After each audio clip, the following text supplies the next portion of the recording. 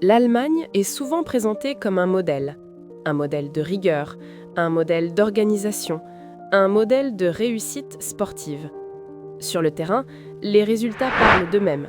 Des titres, de la constance, une identité de jeu claire. Et surtout, une équipe profondément multiculturelle, reflet de l'Allemagne moderne. Des joueurs aux origines turques, africaines, balkaniques ou moyen-orientales ont porté ce maillot vers les plus grands sommets. Ensemble, ils ont écrit l'une des pages les plus glorieuses de l'histoire du football allemand. Et pourtant, derrière les victoires, un malaise persiste. Les débats identitaires ne disparaissent jamais vraiment.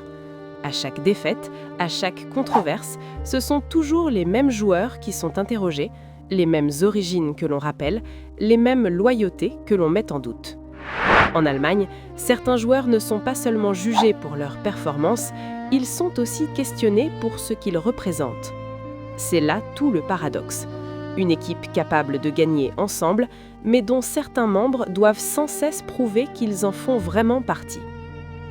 Pour comprendre ce malaise, il faut remonter plus loin que le terrain. Pendant longtemps, en Allemagne, la nationalité n'était pas une question de lieu de naissance, mais une question de sang. On était allemand par héritage, pas par parcours. Des millions de familles immigrées ont vécu, travaillé, grandi en Allemagne, parfois sur plusieurs générations, sans être pleinement reconnus comme faisant partie de la nation. Ce n'est qu'au début des années 2000 que l'Allemagne commence réellement à se définir comme un pays d'immigration. À cela s'ajoute le poids de l'histoire, un passé lourd, une relation complexe à l'identité nationale et une prudence extrême dès qu'il s'agit de définir ce que signifie être allemand. Résultat, une société qui avance, mais lentement, parfois plus lentement que ceux qui la représentent. Et pendant que la société hésite, le football, lui, avance.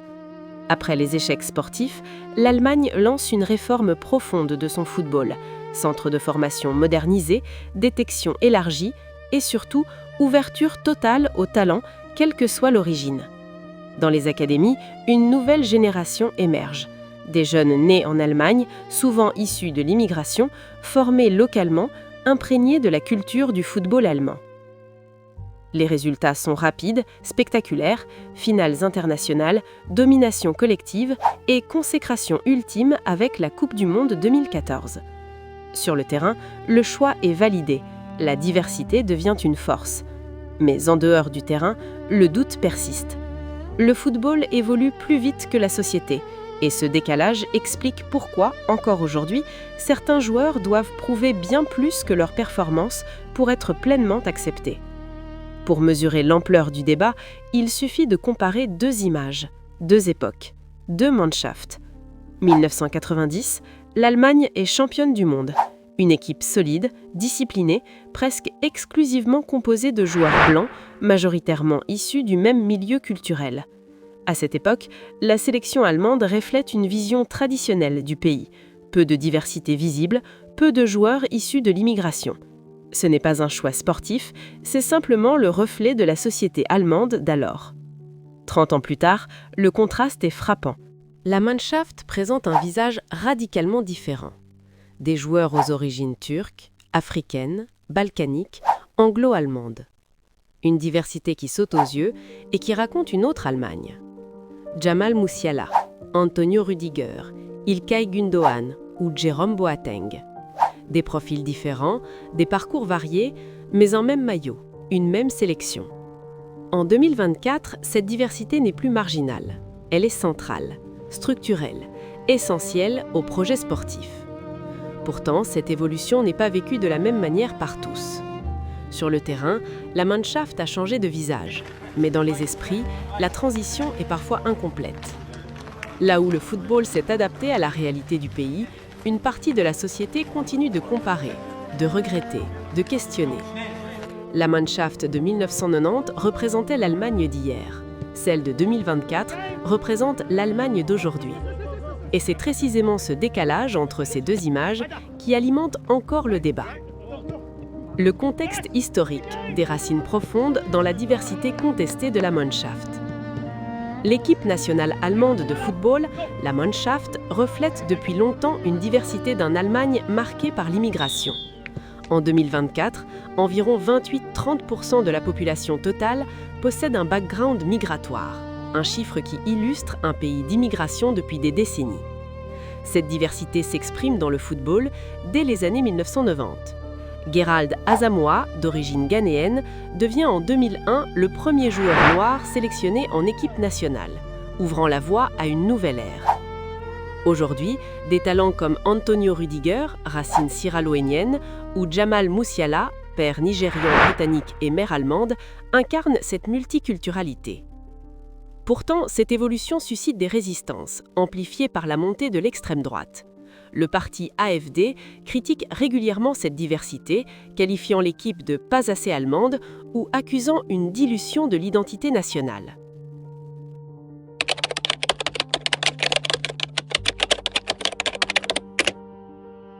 En mai 2018, Mesut Özil, champion du monde 2014 et star d'origine turque, pose pour une photo avec le président turc Recep Tayyip Erdogan à Londres, aux côtés d'İlkay Gündoğan.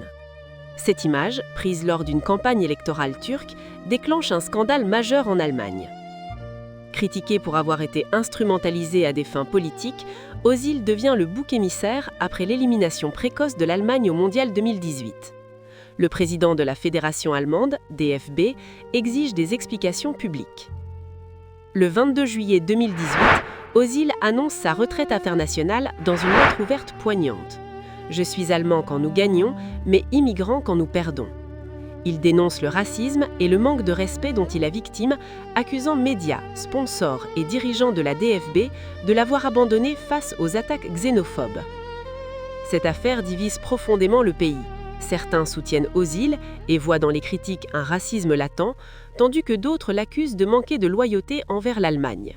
Le débat révèle des fractures sociétales sur l'intégration et l'identité nationale.